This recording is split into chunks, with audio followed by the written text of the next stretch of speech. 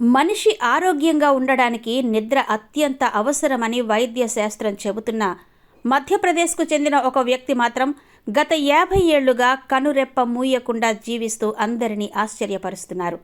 రేవాకు చెందిన 75 ఏళ్ల retired joint collector Mohan Lal Dwivedi 1975 emergency సమయం నుండి తనకు నిద్ర పట్టడం లేదని వెల్లడించారు.